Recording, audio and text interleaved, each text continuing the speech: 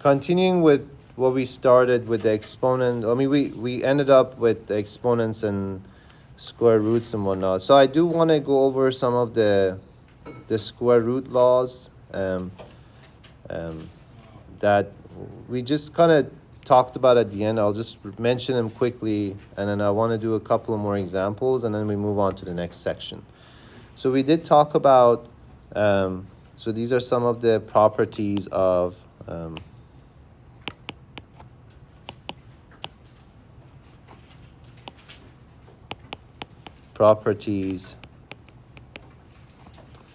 nth root.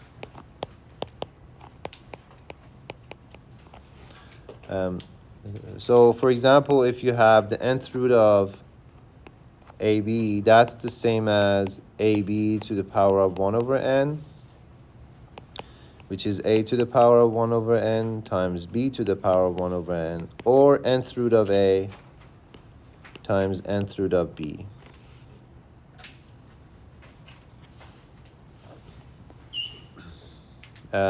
If you have division, the same thing. A over b, the nth root, that's the nth root of a over nth root of b. If you have two of these nth roots, so like if you have the nth root of a, that is the nth root of a to the power of 1 over m, and then inside that, that's a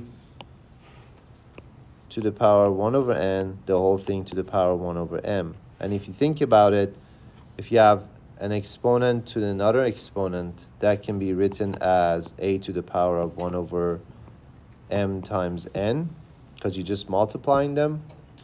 So that is the m times nth root of a. Yes? When you're doing the a to the n, do you have to do a to the n before you do that to the n? Do you know what I mean? Because it's in the parentheses, are you saying like I should do this 1 over n first here? I'm saying, like, is that required? Or is it communicable where you can switch them around? Well, you can't switch them around. However, you can do them in a different order. Like you could say, I'm doing the nth root of a here. So you could do that first and then do the mth root. Or you do the mth root first and then you do the nth root second. So in that, the order is okay to switch. Typically what I do is I start from outside and I bring it in. So I start from the mth root, then I do the nth root. I'm just doing this to illustrate like how we get from this to that.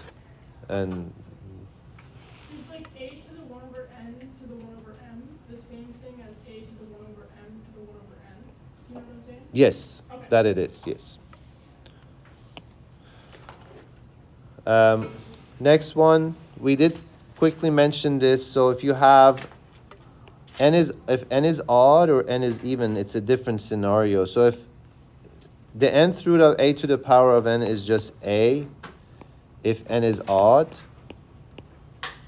and we did talk about like the third root of 8, for example, last time, or negative 8. Yes. In the first property of nth roots, on the top one, all the way on the right, is that NA and NB? Yeah, these are both n. Yeah. So if it's odd, it's just a. So if it's the third root of 8 is 2. The third root of negative 8 is negative 2. We had that example. But if it's like even, then you have to be careful because it cannot be negative. So if n is even, so if you have the nth root of a to the power of n, you have to set it to the absolute value when n is even, because if n is even, the result cannot be negative. So you have to force it to become positive by putting an absolute value around it. So if you ever have the square root of x squared, that's always absolute value of x. There's an example here. So you have to be mindful if it's even, you cannot have a negative as a result of an even root. So therefore, you must force it to become positive by putting an absolute value around it, and that would force that. So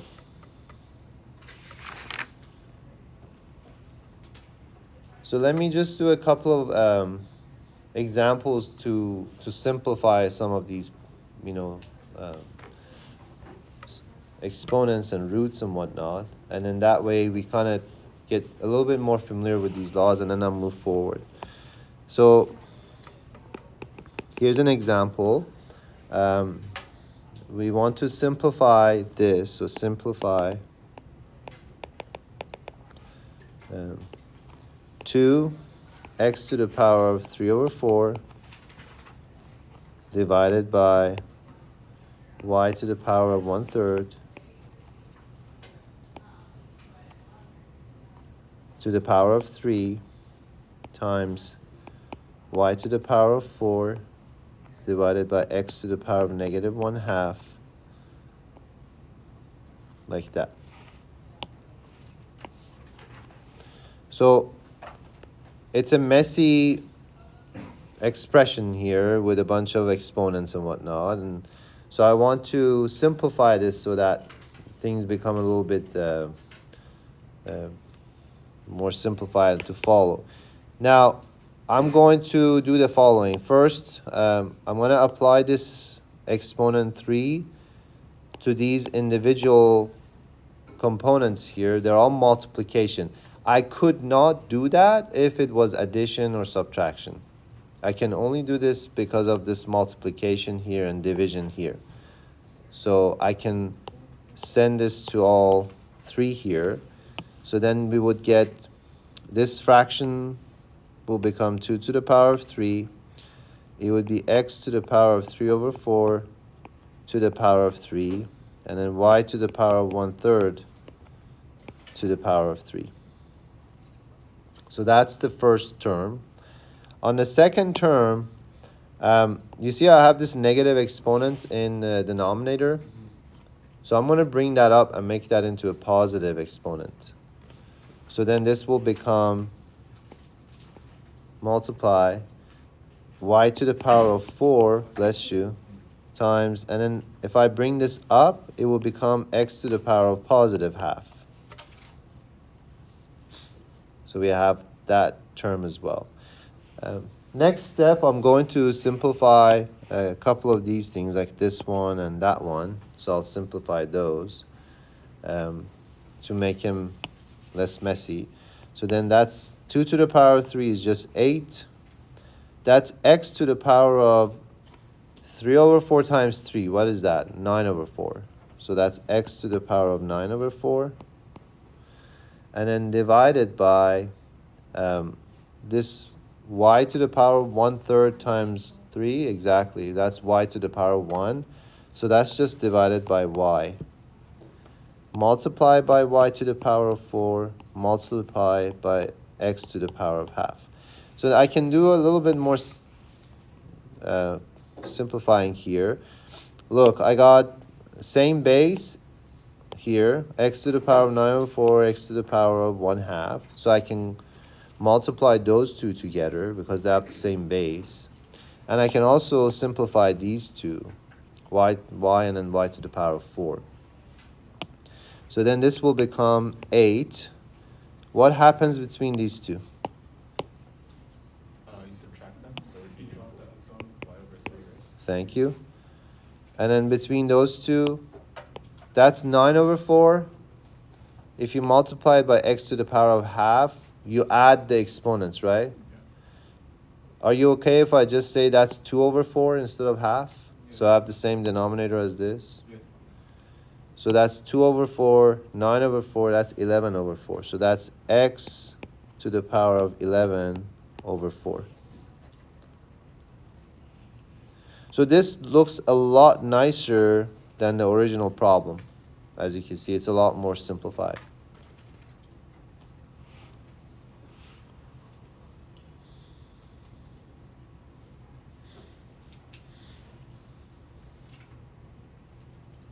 question? How you got 2/4? You just found a common denominator, right? Yes, because 1/2 is equal to 2/4. Okay, for sure. Now that we have the common denominator, then I can add 2 to 9. I really like this like laser option here. It's kind of cool.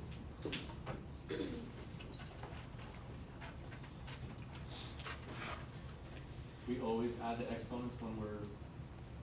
Well, I'm simplifying it. I have same base x on different exponents, so let's just simplify it.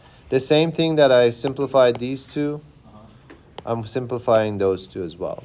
So, yeah. All right, let's do one more problem. How many of you started the homework already? Excellent.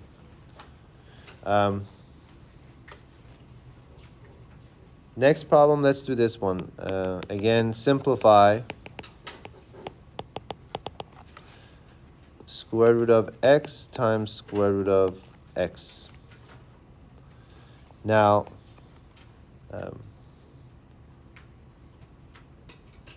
I'm going to write everything in terms of like the roots, the square roots. I want to write everything, all of them in terms of like the exponent form. So think about this bigger square root on the outside as the exterior parentheses, and then I'm going to have another one interior parentheses for that square root of x inside. So this will look like this. This will look like x times root x to the power of half. Is everyone okay with that? Yes. And then I'm going to have another square root here, so that's, I can rewrite this as x to the power of half, again, the whole thing to the power of half. So that x to the power of half is for that inner parentheses. Then I can, the exponent that's outside goes to both of these. This half goes to both of these because they're multiplying here. So I could do that. Remember, I said you cannot do that if you have addition or subtraction. So this will become x to the power of half. What has happened here? What is x to the power of half to the power of half will become? Because you multiply them. So then you have now x to the power of half multiply x to the power of 4, 1/4. Now, I can multiply these two because they have the same base, but different exponents, so you can add them up. But half is what? Is 2/4? So what is x to the power of 2/4 times x to the power of 1/4? Yes. So this is a lot easier than these two square roots over there.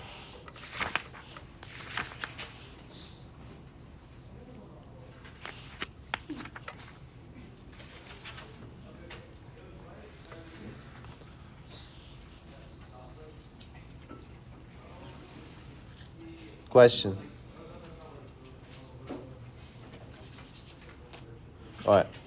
Moving on with to the next section, which is dealing with algebraic expressions. So, for example, adding polynomials, subtracting polynomials, multiplying polynomials, and eventually like dividing polynomials in other sections. But I wanted to go over that with you to kind of remind you of that stuff again. So again, we're still in a review process. We'll be on a review process for some weeks, you know, just so that everything that you know from before comes in. And then once we get into functions and versus domain, a lot of that still is review, but we're just going to add more to it. Hopefully after this course, you don't have this like every time you're just getting a little bit more and a little bit more, because I personally find that annoying. It's just like, I wish they just give me the whole thing, I learn it, and I move on to the next course, you know. So this is where it's going to stop. And then the next course is like Calc 1, which you talk about derivatives and slopes and all that. And then you go to Calc 2, which is integration. And so you don't have this anymore. Up to now, you've just been fed like slowly. Here's a little bit of algebra, here's a little bit of a trig, and now we're gonna combine them and make this into a pre-calculus. And so this is the last course where you're gonna see everything again and again and again all over. So just bear with me with the review, and it's okay to review anyway, so you get stronger at it. But can someone define what is a polynomial of degree n? Yes. You have like, it's like something, there's like more than one. I don't know, actually, no.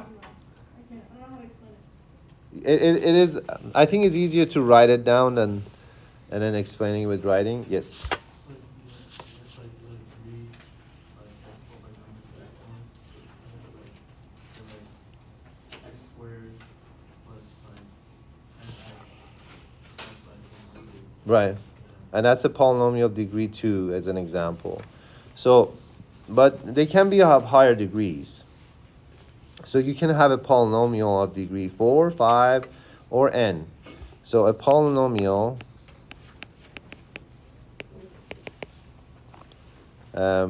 with variable of degree n with variable x. We typically call them p of x, a polynomial of x, and then we put an n below it. That means degree n. That's just how mathematicians define, like, name polynomials. They call them p of x with of degree n. And essentially they have this form of an x to the power of n plus an minus 1 x to the power of n minus 1, a1x plus a0. a0, a1, all the way to an all are real numbers.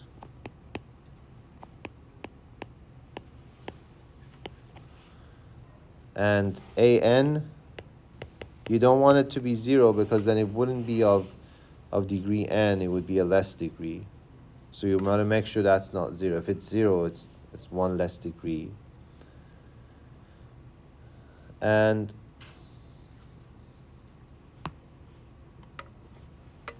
these are n has to be positive integer.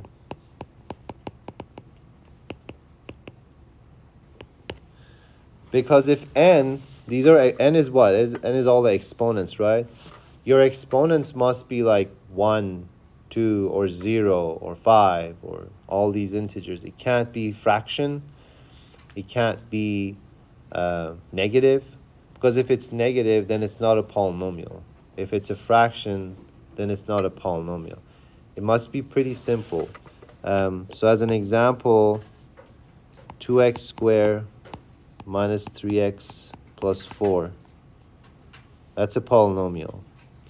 X to the power of 8 plus 1.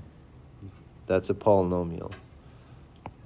Number 6 is a polynomial. It's constant, but it's a polynomial because it's in that format. 9x to the power of 5, that's also a polynomial. These are all examples of polynomial.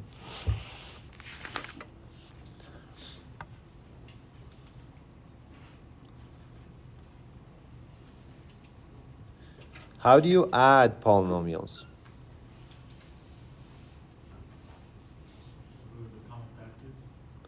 You add common terms together. So things with the same exponents, or variables with the same exponents, you can add them up together. So let's talk about adding and subtracting polynomials.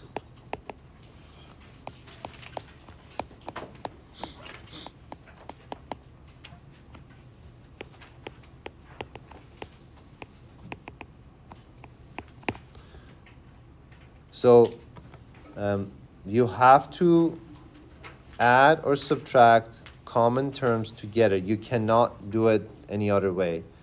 You can't add x2 component to an x1 component. You just leave them alone. but you can't add them up together. So as an example, if you want to add x cubed minus 6x squared plus 2x plus 4, and we're going to add that to another polynomial, x to the power of 3 plus 5x squared minus 7x. So these are two polynomials that we're adding together. And as we mentioned before, you look at similar terms with the same exponent. So like x cubed and this x cubed, they're both of power 3, right? So you can add those two together. So 1x cubed plus another x cubed gives you what? So that will become 2x cubed.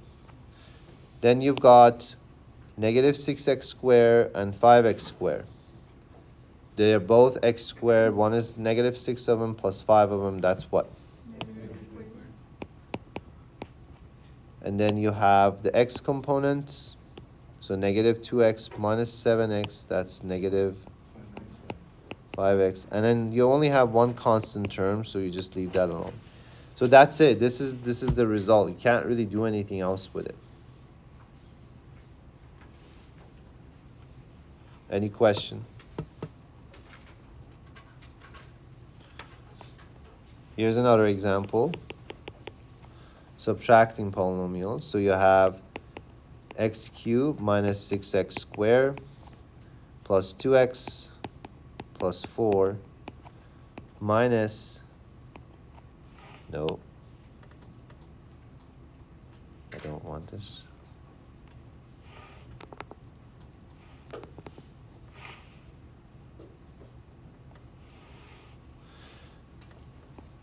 We have that polynomial minus x cubed plus 5x squared minus 7x. So a common mistake that I see sometimes, or a lot actually, this negative gives people problem. This negative is for all of these terms because it's behind the parentheses. It's for the whole thing, right? So you have to make sure that this negative gets applied to every single term on this polynomial when you do the calculation. If it's confusing, what I would do is apply the negative first and then do the calculation. So what you can do is, this one doesn't have a negative behind it, so it's just x cubed minus 6x squared plus 2x plus 4. But then you have these ones, so that's negative x cubed, that's negative times 5x squared, and then what happens here with the negative 7 here? That's negative 7x, that's positive 7x. So then now you can go ahead and combine the like term components. So x cubed minus x cubed, what do you have? So these two will cancel each other out, so that goes away. So you have a 0. I'm not going to write it. Then you have this negative 6x cubed and negative 5x cubed. What do you get? Negative 11x, sorry, square. I should have said square. And then you have 2x and 7x. So that's plus 9x. And then you just have the 4, so that's plus 4. And that's the result.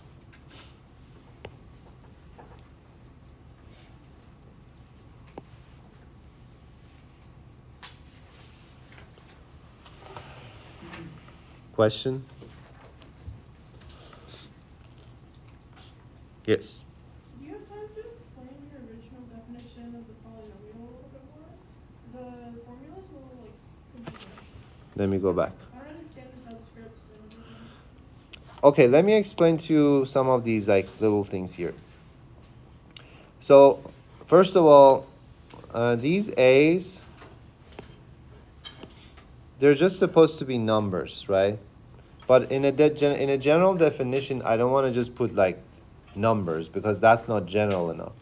So I use this A with the indices n minus 1 all the way to 0. There are different numbers.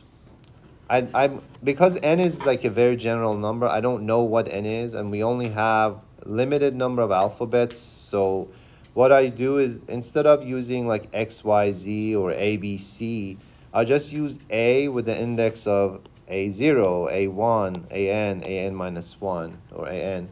So it just gives me the option of having a lot more variables using the index. So these indices help me get more variables. A's are not like they're just real numbers here, as I mentioned. These A's are just real numbers. They could be like 2x squared plus 5x plus 3. You know, those are the coefficients behind those x's are these A's. Again, these exponents now, like this exponent is 1, this is n minus 1, that's n.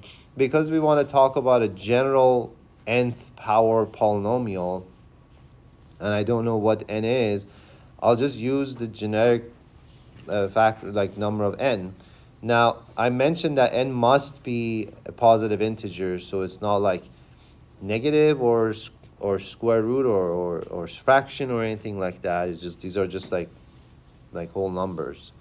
And depending on the size of the n, that changes the size of your polynomial. So for example, if n is 4, that's a degree 4 polynomial.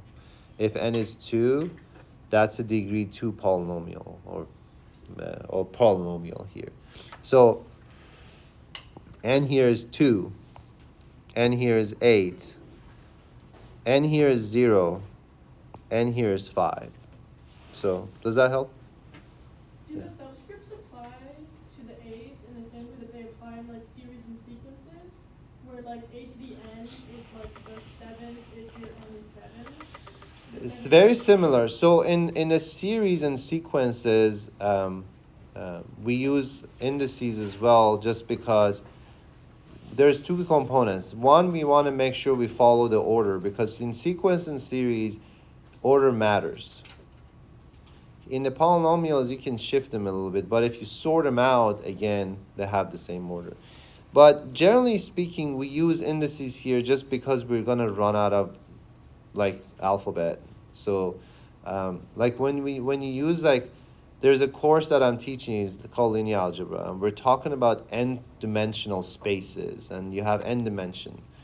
So you have like n equations and n variables or whatnot. So there's just so much variables, and if you any of you code, you know that you can't just pick random variables for coding. You pick one variable and just give it a bunch of indices based on their location. So that's essentially helps us get over the problem of not having enough alphabet. So then it's like a subscript n minus 1, like the number before a. Exactly. Okay. Exactly. Good question. All right. So now, adding and subtracting polynomials is pretty straightforward. You just add the like terms and go forward. But then, getting to multiplication, I want to make sure that all of you at least remember some of the basic formulas of squares and multiplying the differences and whatnot. So I want to go over those. So we're going to talk about multiplying polynomials.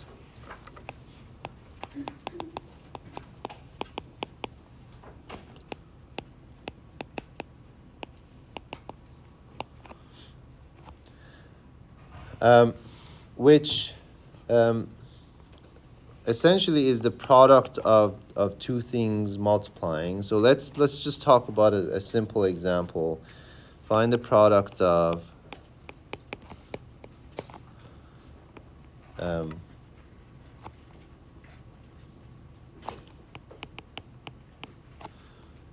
a plus b times c plus d. I'm not even looking at a polynomial right now.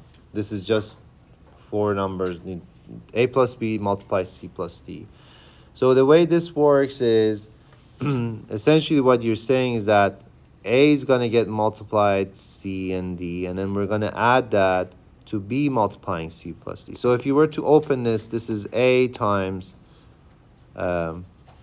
C plus D plus B times C plus D. And then now you can expand that further, and so that will be A times C plus A times D plus B times C plus B times D. So that's what a product of two component times another two component would look like. You just expand it, yeah? Hold on. I think when we were doing the examples of adding and subtracting polynomials for the second example, I think I missed the answer. Can we just go back to it real quick? So I can Oh, sure. This one? Yeah. Yeah, thank you. No problem.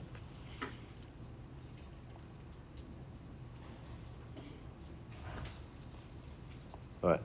So you saw this. This is something you've seen from, elementary school when you have two parentheses multiplying. This is how you find the product. You expand them this way. Now, if you have polynomials here, it's the same thing. It's the same pattern. So let's say you have 2x plus 1 times 3x minus 5. How do you do that? Same idea. You say that's 2x times 3x minus 5 plus 1 times 3x minus 5. And that's how you find the multiplication of those guys. Then there would be 2x times 3x. What's the result of that? 6x squared. 2x times minus 5, that's minus 10x. Plus 1 times 3x, that's 3x. And then 1 times minus 5 is minus 5. We have one more thing to do here because we can simplify these two components here, these two. So then we have 6x squared minus 7x, bless you, minus 5.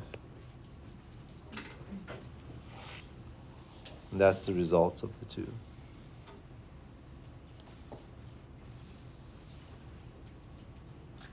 Is that like the same thing as doing like first, outer, inner, last? Like foil. Foil, it's the same thing, yeah. Okay. All right. I want you to do the following. I want you to fill up this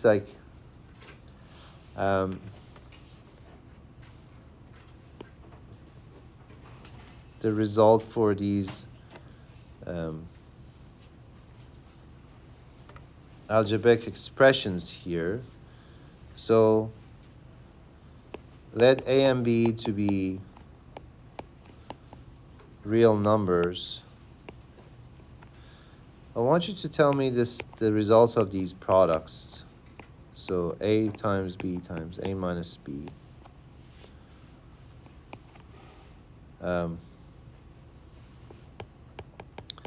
A plus B square. Actually, what I do is I'll put them all together and I'll do them.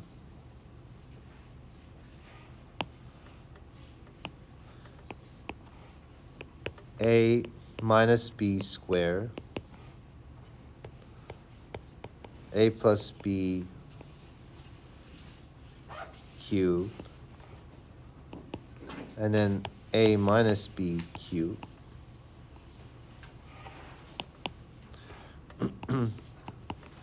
So what I would like for you to do, we're going to take a break right now, and then during the break, if you could try to figure this out. I want you to give me the result of these multiplications and exponents based on A and B, so we can fill up this chart. And these are the things that I need you to remember. You need to remember these formulas so that when we're dealing with polynomials to the power of 2, for example, or 3, we can quickly do it. We don't have to do this FOIL method forever. We could just remember the result and just do it. So let's take a quick break and then let's fill this up so that we can go from there. And we'll do some examples from there for these items.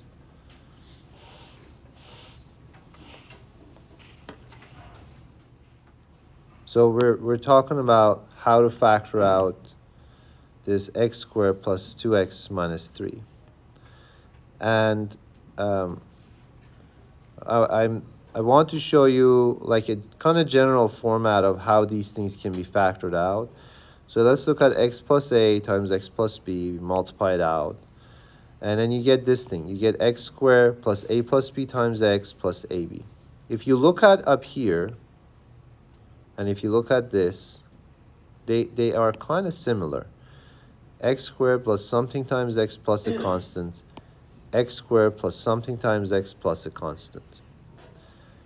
So when you think about it, you want to find a and b such that you can factor out, that can be factored out to this.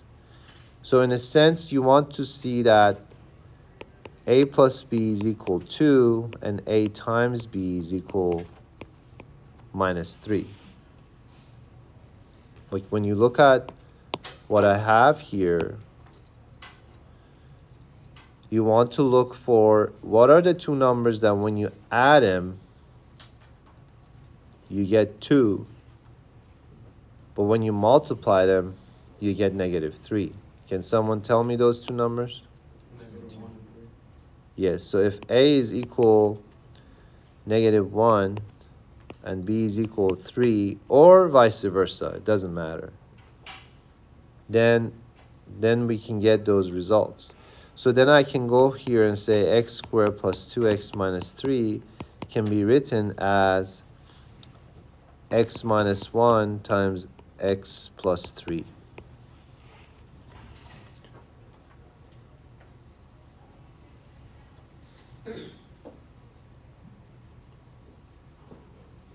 Then you can double check that. If you multiply them, you get that back. Who has seen this before?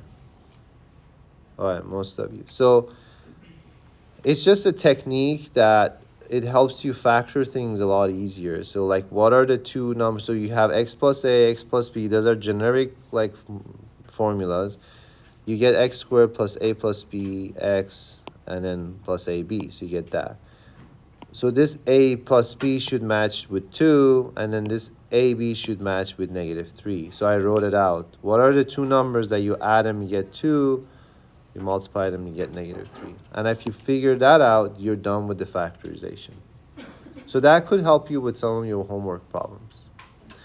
And because I'm recording the lecture, I forgot to record this part. I'll just go over this quickly again. So we were simplifying these two. All you have to do is get a common denominator for the top, which is this one with the common denominator y, and a common denominator between those two, which is x minus y over x. And then you write the top, multiply, you flip the bottom here. You flip that bottom part, and then you just multiply them out to get this.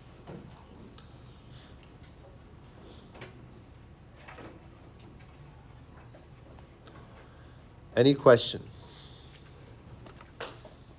All right. I shall see you Wednesday. Please review section 1.4, 1.5, 1.6, and do your homework.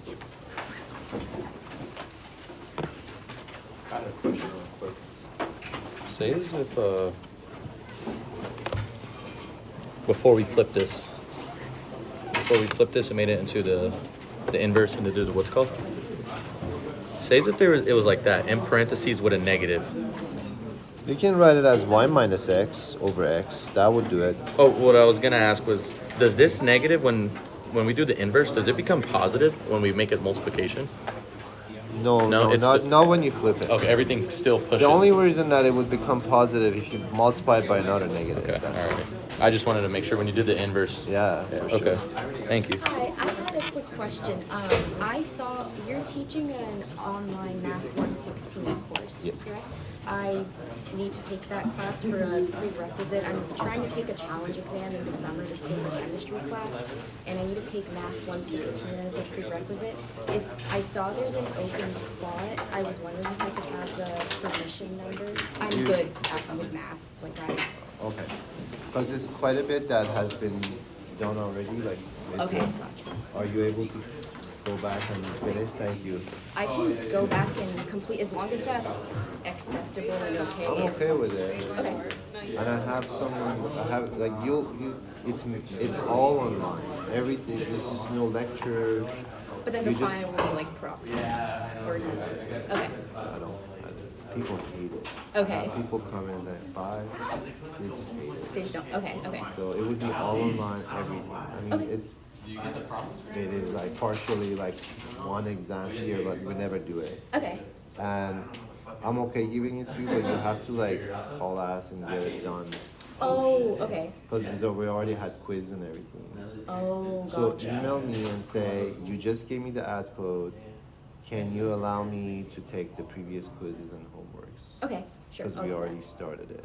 Okay, gotcha. I wasn't sure if it would be different because it was fully online or if it would be kind Yeah. of similar Those to. are like kind of like me, like just fulfilling my Yeah. professorship duties. Yeah. But then I have like a fully online class.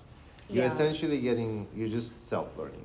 Yeah, that's pretty much that the way that okay? I learn anyways, so Okay. that Here, let maps- me show you. Okay. Which class is this? So I have a I have only one 116, Mm-hmm. and I have